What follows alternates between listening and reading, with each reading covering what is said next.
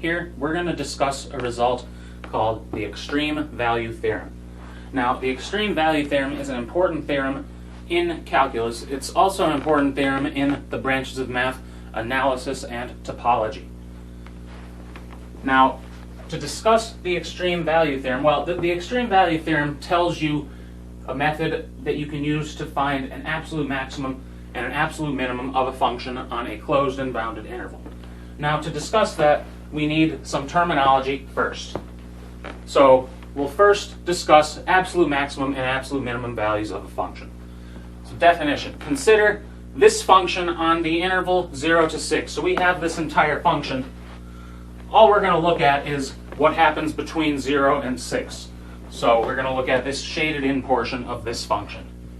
And we're going to use this to define 4 words. Absolute maximum, absolute minimum, local maximum, local minimum. I guess that's 8 words. Actually, I guess that is 4 words. Absolute, maximum, minimum, and local. So the absolute minimum, we're only looking, remember, at 0 to 6, including the endpoints. The absolute maximum is going to be the highest point the function hits. So on this, or given this piece of the function, what is the highest the function gets? Well, that's up here. And we're going to say that f has absolute maximum of 4, so absolute maximum of 4, and we'll say when x equals 3. So the absolute maximum value is a y value, and it occurs at a given x value. And the absolute minimum is going to be the lowest the function gets on this interval, including the endpoints. What's the lowest the function gets on this interval, including the endpoints? Well, that's down here. Right here, the lowest the function gets, that goes through the origin, is 0 when x equals 0. Well, that's great. Now, these other 2 words, local maximum and local minimum, well, before we get there, some of you may have seen absolute maximum, absolute minimum defined as a global maximum and a global minimum. I use the word absolute. And similarly down here for local maximum and local minimum, some of you may have seen that defined as relative maximum and relative minimum. But what do we mean by a local maximum and a local minimum? Well, in mathematics, the word local means something particular. I'll just draw something. Now let's draw this function. This is to illustrate the word local. Right here, this entire function that I just scribbled here, this function goes off to infinity. But right here, it hits the top of a mound. And in math, we say that that is a local maximum. And why do we call it a local maximum? Well, it's local because if you look really close to that point, so if you restrict your domain to being very close to that point, it is the highest the function gets. And similarly, for a minimum, I mean, it may not be the overall minimum, because this is going off to negative infinity. But if you look really close, it is the lowest the function gets.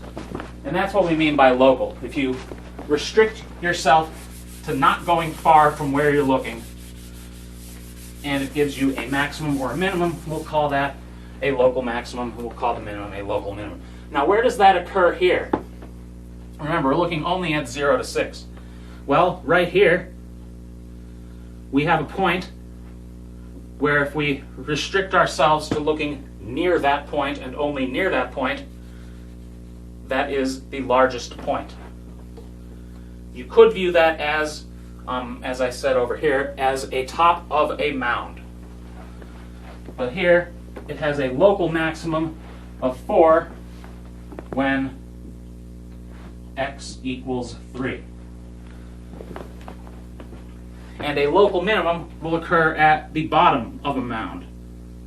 So something like that will be a local minimum, because if you look close to that, that is the lowest in that particular subinterval.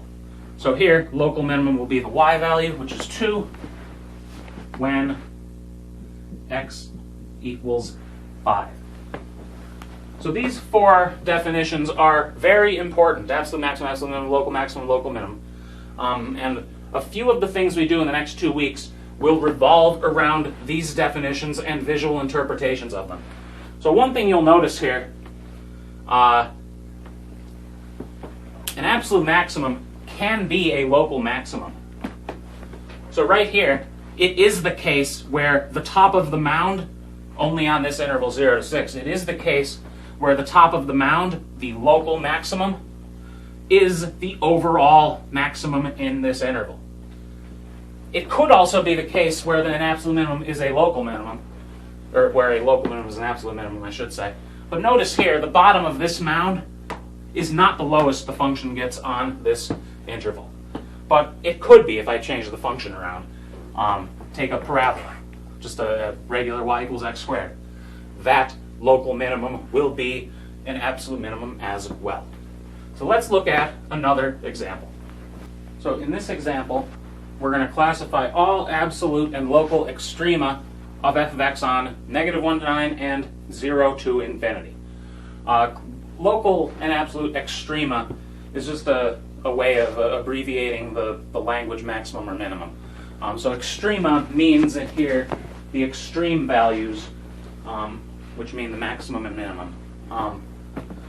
The singular would be extremum, E-X-T-R-E-M-U-M, but we have the plural in this sentence, so extrema with an A. So classify all extrema, absolute and local, of this function on -1 to 9, and then on 0 to infinity. So first, -1 to 9. So we're only looking at -1 to 9. So we're looking, I'm not going to shade this in because I don't want to have to redraw this function. But -1 to 9, we're looking from here all the way up to here. So let's start with the absolute extreme value. So let's say f has absolute maximum. First, I'll abbreviate that abs max. What's the highest point this function hits on -1 to 9? Well, it's up here. So it has absolute maximum of 8 when x equals 9. And it hits 8 only once.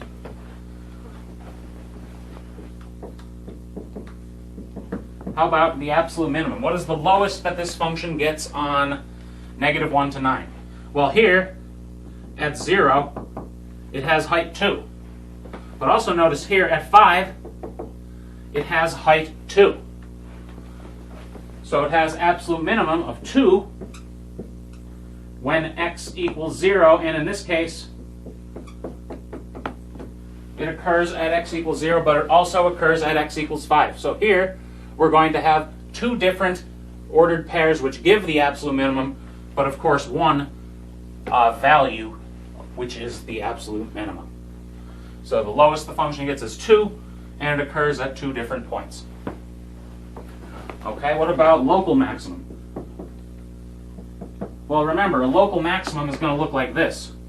It could also look like this. It could come to a point. That would still define a local maximum just as much as that would.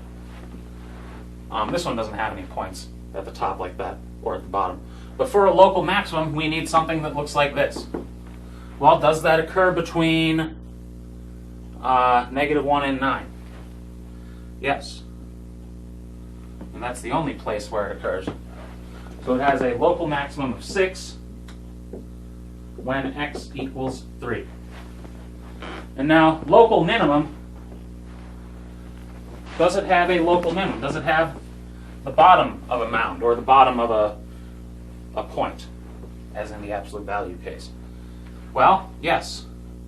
Right there is the bottom of a mound. Right there is also the bottom of a mound. So it has local minimum of 2 when x equals 0 and when x equals 5.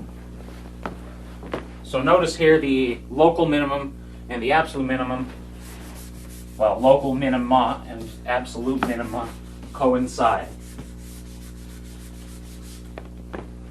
So now let's do B. What about the interval 0 to infinity?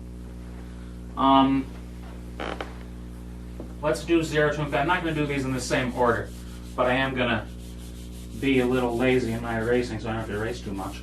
Well, so I don't have to rewrite too much. Maybe erasing isn't the problem. The rewriting is the problem. I'm just going to erase all those numbers since I have this. If you have a chalkboard and eraser instead of a notebook, I guess you could do it, but I'm not sure if those exist. So where are we? 0 to infinity. So we're looking at 0 to infinity. Let's start with the local maximum and local minimum. On 0 to infinity, a local maximum still looks like that, and that'll still be right there at 6. Or, well, at 3. But the local maximum is 6. What about local minimum? The local minimum, remember the informal description of a local minimum. It means if you look close to that point, if you take a neighborhood of that point, it'll be the lowest that the function gets in that piece. Well, that happens here, because you could take that. But what happens over at 2? It looks like the bottom of a mound, but we're chopping this off at 0. So we can't actually take a neighborhood. We can only look at one side of 2. And when that happens, that will not be a local minimum. For it to be a local minimum, we're going to need it to be defined on both sides. So here we have at a local minimum of 2 when x equals 5. And that is because to define a local minimum, we want the function to be defined on both sides of the x value, and that doesn't happen at 0. What about absolute minimum? Well, the absolute minimum, the lowest the function gets, is still 2, and it occurs at 2 different points. So absolute minimum of 2 when x equals 0 and when x equals 5. Because an absolute minimum doesn't have to be defined on both sides. It's just the lowest the function gets. Local is a more specific definition, you could say. And what about absolute maximum? Well, what is the highest this function gets on 0 to infinity? Well, it's not 6, because it goes up way over here. It's not 8, because it keeps going up. When that happens, you might be tempted to say it has an absolute maximum of infinity. You could define it in that way. The way we will define that is we will say f has no absolute maximum. So if the absolute maximum is positive infinity, we will say it has no absolute maximum. And similarly, if it goes down forever, we would say it has no local or no absolute minimum. So here, no absolute maximum, minimum of 2 occurs twice, and then the local maximum occurs at the top of that mound, local minimum occurs at the bottom of that mound, and this one is not included because we're not considering what happens on the left of 0. So let's make some observations about local maximum and local minimum. Now notice in these 4 graphs over here, a local maximum occurs at the top of that mound. A local minimum occurs at the bottom of that mound. In this one, a local maximum occurs at the top of that, like upside down V. And here, the local minimum will occur at the bottom of that upside down V. But we can describe that, or all of these situations, using calculus. Because what happens at the top of this mound? Or the bottom of this mound? Well, we get a horizontal tangent line. So we'll observe that a local maximum or a local minimum will occur at a point where the derivative is 0. So we'll say where f prime of x equals 0. It could occur at a point where f prime of x equals 0. But we can also describe these using calculus. Remember from when we first did derivatives and discussed differentiability, we discussed a corner. We discussed a cusp type point. And we know that at these points, the function is not differentiable, meaning the derivative does not exist. And a local maximum, you can just see from these two examples, a local maximum or a local minimum could occur at a point where the derivative does not exist. So combining all four of these graphs, we have a local maximum or a local minimum occurs at a point where the derivative is 0, if it's the top of a mound or bottom of a mound, or where the derivative is undefined. Undefined, that's an N. And we're going to find this situation useful to describe, so let's create a definition here. We call an x value in the interior of the domain. So remember what we said before about when we did the interval 0 to infinity. What happened at 0 was not useful for our situation because we didn't know what happened on the other side of 0 necessarily. So for this definition, we're only looking in the interior of a domain, meaning we're not looking at endpoints for this definition. But we call an x value a critical point if f prime of x is 0 or if f prime of x is undefined. So right here, this example, find all critical points of f of x is negative x squared plus 3x minus 2. Well, what we have to do here is find where the derivative is 0 and find where it's undefined. So let's do that. So find all critical points. Well, we need the derivative. F prime of x is negative 2x plus 3.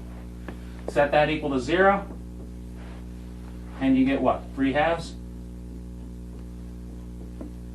So I'll say when x equals 3 halves. Divide by, or not divide, subtract 3, divide by negative 2. It equals 0 then. And where is it undefined? Well, 2x plus negative 2x plus 3 is a line. That's defined everywhere. So and is never undefined. So x equals 3 halves is the critical point. In this case, there is only one. So now let's state the extreme value theorem. The extreme value theorem says if f is continuous on a closed and bounded interval, so we'll call it a to b, including the endpoints. If f is continuous on a to b, then f attains an absolute maximum and an absolute minimum on a to b. So all we need is a continuous function on a closed bounded interval, and then we know that there will be an absolute maximum and an absolute minimum somewhere in that interval, potentially at an endpoint. So before doing a couple examples, let's make a couple more observations using two more graphs. So consider this function. Let's just say it looks like that, and let's say a is here. We'll call that a, and let's say b is out here somewhere. So let's call that b, and I'm just going to shade in this function on a to b. So we have that. Let's consider that, and let's also consider this one. Let's also consider this. So let's draw it like this with a point. And let's make a, what should we make a? How about a is here? And b is here. So let's shade that in. And let's shade that in down to b. So consider these two functions. We'll call them both f's since they're separate examples. Where do the absolute maximum and absolute minimum values occur for these two functions? So notice, the extreme value theorem tells us we can find an absolute maximum and absolute minimum. So right here, we're not necessarily directly concerned with local maximum and local minimum.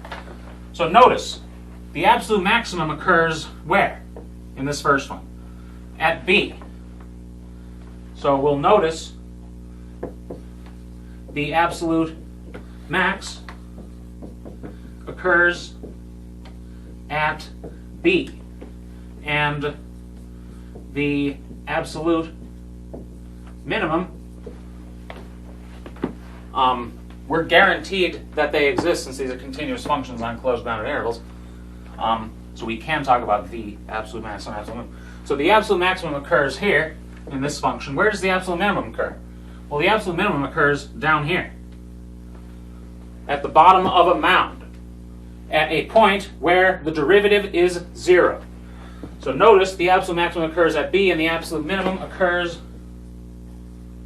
when, well, maybe I'll just say at a point where f prime equals 0. At the bottom of a mound, at a point where the derivative is 0, at a point where there's a horizontal tangent. Now what about this next example? So notice, continuous function on a closed bounded interval, so we can talk about definitely having, notice the absolute maximum occurs. Where does the absolute maximum occur here? Well, it occurs at the top of that point. It occurs up here. A point where f prime is undefined and the absolute minimum occurs, well, what's the lowest it gets? Right over there. And the absolute minimum occurs when, or I'll say at A. So in this first example, the absolute maximum occurred at an endpoint, and the absolute minimum occurred where the derivative was 0. In this next one, the absolute maximum occurs where the derivative is undefined, and the absolute minimum occurs at an endpoint. Well, let's combine these observations to find an the absolute maximum and absolute minimum of f of x on a b. 1. Find the critical points. And remember, that's where the derivative is 0 and where the derivative is undefined. 2. Find the endpoints, a and b. 3. Compare f evaluated at all points. The largest is the maximum, the smallest is the minimum. So you need to find the critical points, find the endpoints, and then compare f evaluated at all of those points. And of course, we're only looking in the interval a to b. So example, find the absolute maximum and the absolute minimum of f of x equals negative x squared plus 3x minus 2, the same function as before. On the interval, let's choose 0 to 2, closed and bounded. So first we need the critical points. We already found x equals negative 3/2 was the critical point. I guess I'll just do that again. It takes a line. Negative 2x plus 3 equals 0 when x equals negative 3/2. When x equals positive 3/2. Well, okay. So we have the critical points, 3/2. The derivative is never undefined, as we explained in the example where we found the critical points. So we have the critical points 3/2. We have the endpoints 0 and 2. And now we just need to compare the function evaluated at all of those points. So I usually like to do it in a list like this. F of 0 equals, f of 3/2 equals, f of 2 equals, f of 0, oh, function's over here. F of 0 is 0 plus 0 minus 2, which is negative 2. F of 3/2 is what? Negative 9/4, positive 9/2, negative 2. 9/2 minus 9/4 is 9/4. Because, that one's half of the other. And then 9/4 minus 2 is 1/4. F of 2 is negative 4, positive 6, negative 2, which equals 0. Well, that's great. We found all these points. We did all this work, but we didn't actually answer the question. Find the absolute maximum and absolute minimum. Well, the largest is the absolute maximum. So f has absolute maximum, the largest number between 0, a quarter, and -2 is a quarter, when x equals 3/2, and f has absolute minimum. The smallest is -2 of -2 when x equals, where is it, 0. So notice here, the maximum occurred somewhere inside the interval, but the minimum occurred at an endpoint. So let's do a couple more examples. Find the absolute maximum and absolute minimum of f of x on the given interval. A is f of x is x minus x squared, all squared, on the interval -1 to 1. B, root 9 minus x on on positive 1 to 9. And C is x plus 1 over x on 1/5 to 4. So let's start with that. And remember, what we need to do is find the critical points, and then find the endpoints, and then compare the function evaluated at all those points. Let's find the derivative first. So f of x equals, what was it, x minus x squared squared? Well, we can find f prime of x. F prime of x, we use the power rule and the chain rule. So we get 2 times x minus x squared, all to the first, times the derivative of the inside, which is 1 minus 2x. And we want to set this equal to 0. So let's set that equal to 0. It equals 0 when 2 equals 0. Never happens. When x minus x squared equals 0. Or when 1 minus 2x equals 0. Well, this last one simplifies to just x equals 1/2, because 1 minus 1 is 0. What about this other one? Well, let's factor out an x first. I think that's the easiest way to do it, or the easiest way to see it, I guess I should say. Factor out an x, you get x times 1 minus x equals 0. So you get x equals 0, and you get x equals 1.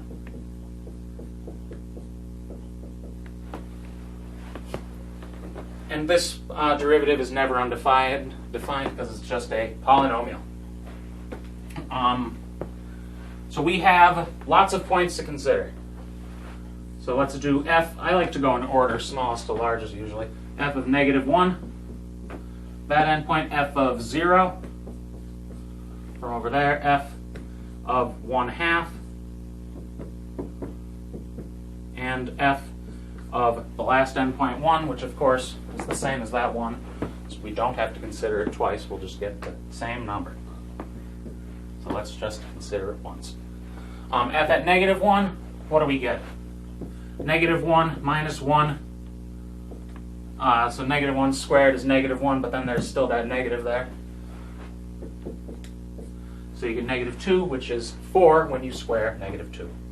F of 0 is what? 0 minus 0 squared. Easy enough. F of 1/2 is what? 1/2 minus 1/4 squared, because what, 1/2 squared is 1/4. So you get 1/2 minus 1/4, which is 1/4.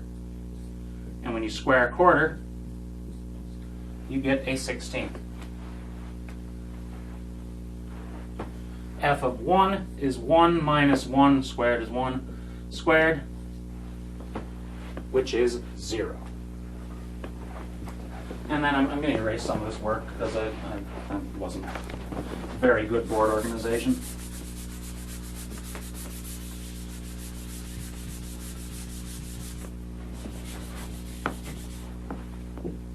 So we look at our list of numbers. So f has absolute maximum. The largest is 4 when x equals -1, and f has absolute minimum. The smallest is 0, and that occurs twice. When x equals 0, or x equals, I guess I should say and. I guess or. Because 0 and 1 aren't the same. So we have one absolute maximum, and we have one absolute minimum, which occurs twice.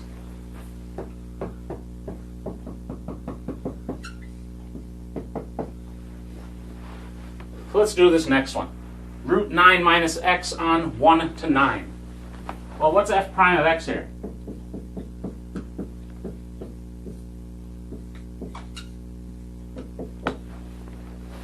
negative 1 over 2 root 9 minus x. How did I get that? Where did that come from? Well, the derivative of root x is 1 over 2 root x. So the derivative of that thing is 1 over 2 of that thing, then times the derivative of that thing. Derivative of that thing is 0 minus 1, so you get that negative 1 there. When does this equal 0? When does any fraction equal 0? A fraction equals 0 when its numerator equals 0. When does negative 1 equal 0? Never in real numbers. So it equals 0 never. But to find the critical points, we also need to know where it's undefined. So and is undefined when the denominator equals 0, a fraction is 0, and the top is 0, it's undefined when the bottom is 0. So this one's undefined when x equals 9. Now, technically, 9 is not a critical point because it's not in the interior of the domain. But don't worry too much about that because 9 is chosen as an endpoint. The endpoints are 1 and 9. The only point we got from here was 9, which is an endpoint. So all we have to do is consider 2 points. F of 1 is root 9 minus 1, which is root 8. F of 9 is root 9 minus 9. Root 0 is 0. So I'll just say is, since there are only 2 to choose from, I'm not going to make a bracket argument like that. I'll just say is the absolute maximum is the absolute minimum. Because 0 is less than root 8. So let's do part C.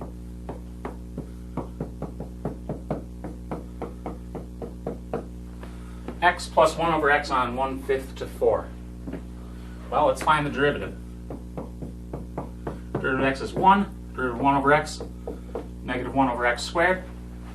And since we're going to want to find where this is 0 and where it's undefined, what I'm going to do is write it as a fraction.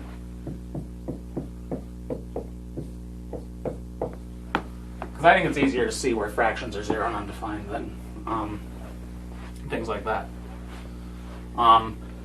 To combine that as a fraction with the common denominator is x squared, or you could do a cross-multiplying argument, which is easier. So we want to set this equal to 0. It equals 0 when the top is 0. X squared minus 1 equals 0. Well, that's the same as x being either positive or negative 1. And when is it undefined? And is undefined when the bottom is 0. So when x squared equals 0, which is the same as when x is 0. Well, okay, we found all of our all the points we have to consider, and we have an interval to consider.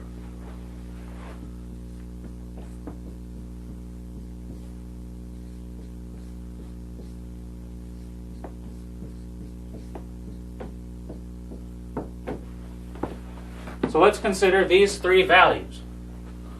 F of 1/5 is a fifth plus 5, which is 5 1/5. Guess I'll write as 26 fifths. F of 1 is 1 plus 1, which is 2, still 2. F of 4 is 4 plus 1/4, which is 4 1/4. There's 17 quarters. So F has an absolute maximum. The largest here is 5 1/5. And that occurs when x equals a fifth.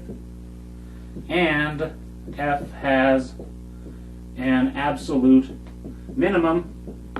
The smallest is 2 of 2 when is that? When x equals 1. That is the correct answer. So some of you might be wondering, why didn't I consider negative 1? Well, why didn't I consider negative 1? Because I don't have to. The interval is 1/5 to 4. -1 is somewhere way over here. We don't care what happens at -1. We care what happens between and including 1/5 and 4. So try some of these examples. For all of the examples we do, that same process will work. Find the derivative, find where it's 0, find where it's undefined, then compare the function at all of those values. I should have said find the endpoints. Find the derivative, find where it's 0, find where it's undefined, find the endpoints, and then compare the function at all of those values. And of course, what happens outside of the interval doesn't matter.